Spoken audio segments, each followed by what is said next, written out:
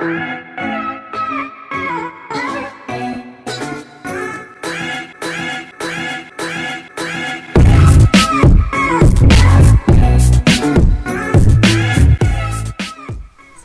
warahmatullahi wabarakatuh. Kembali dengan saya Marioto Danang Pambudi, NIM 45124190021. Kesempatan kali ini kita akan belajar mengenai pengambilan sampel tanah.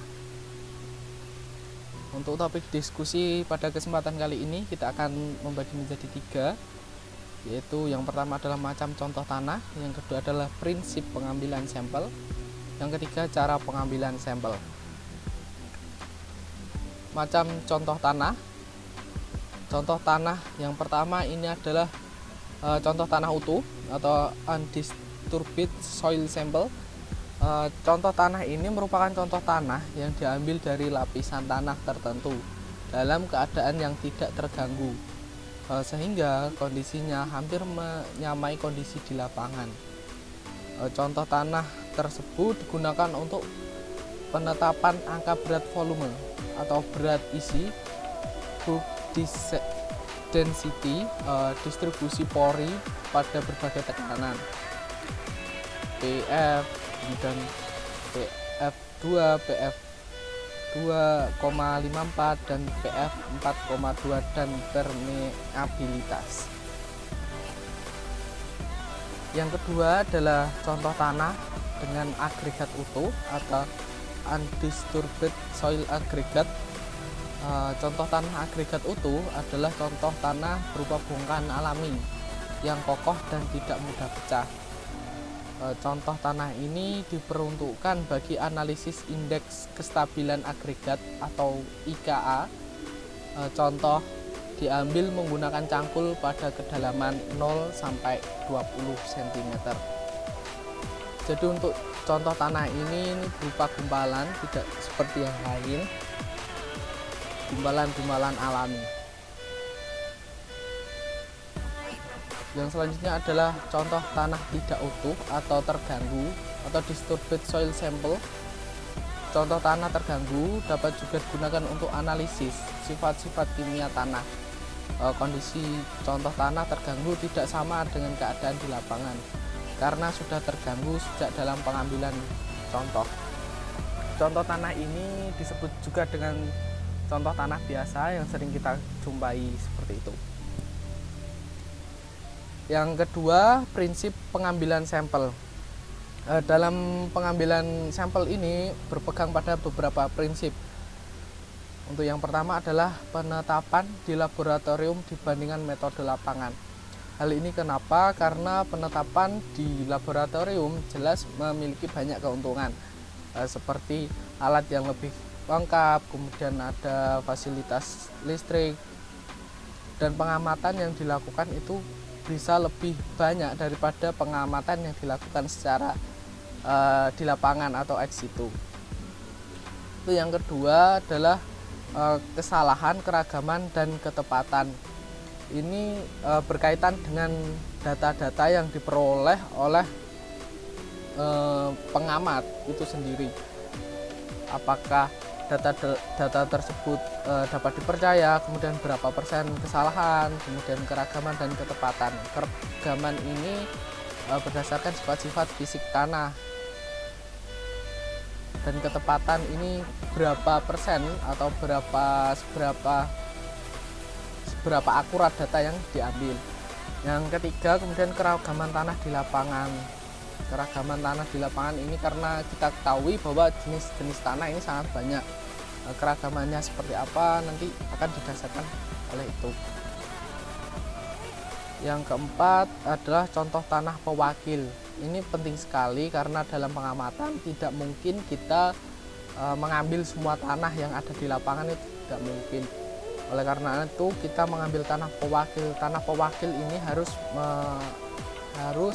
mewakili kondisi dari luasan lapangan yang ada di luasan tanah yang berada di lapangan.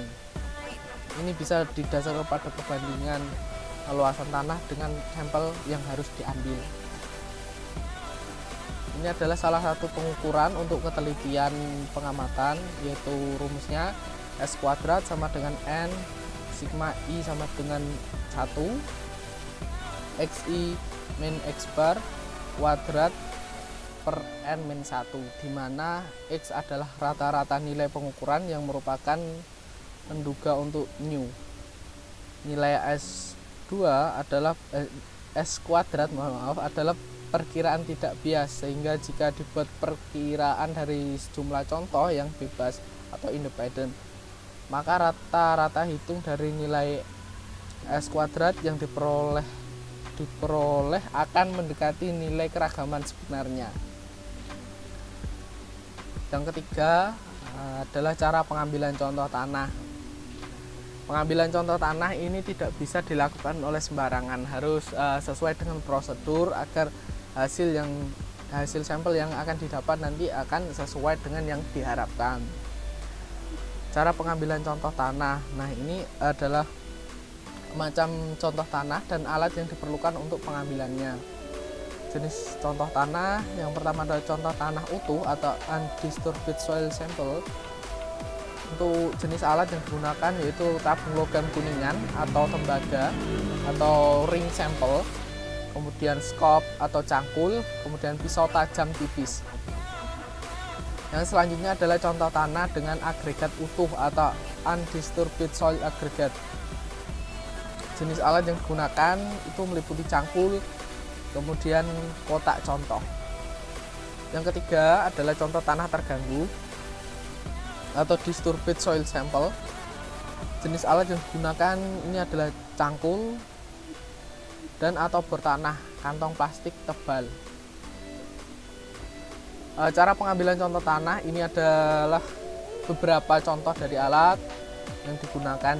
Itu yang paling atas ada pacul, yang bawahnya diskop, kemudian pisau tipis tajam, kemudian balok kayu 1, balok kayu 2, kemudian ada cutter juga, ada ring sampel.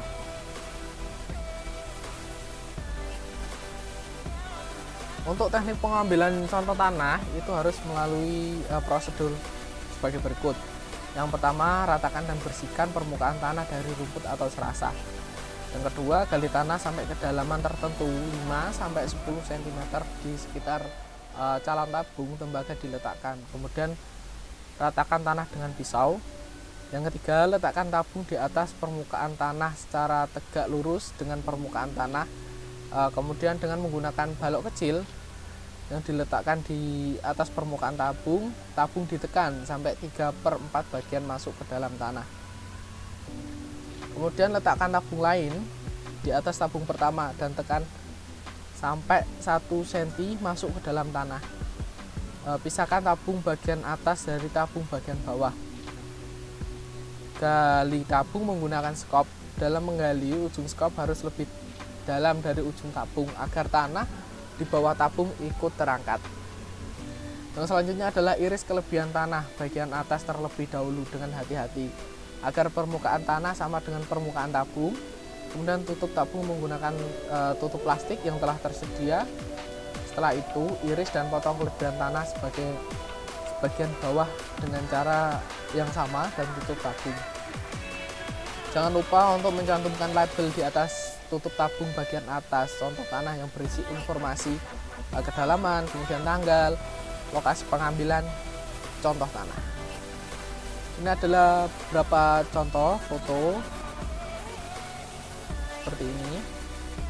Ini adalah proses, paling kiri adalah proses pembersihan dan persiapan tanah yang akan diambil, kemudian pemasangan ring tembaga, kemudian itu menekan hingga sampai paling kanan itu didapatkan sampel tanah.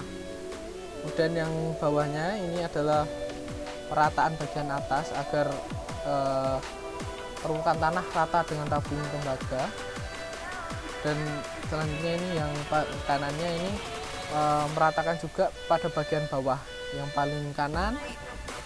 Setelah semua selesai, pemasangan tutup tembaga juga selesai, nanti dipasangkan label informasi contoh tanah.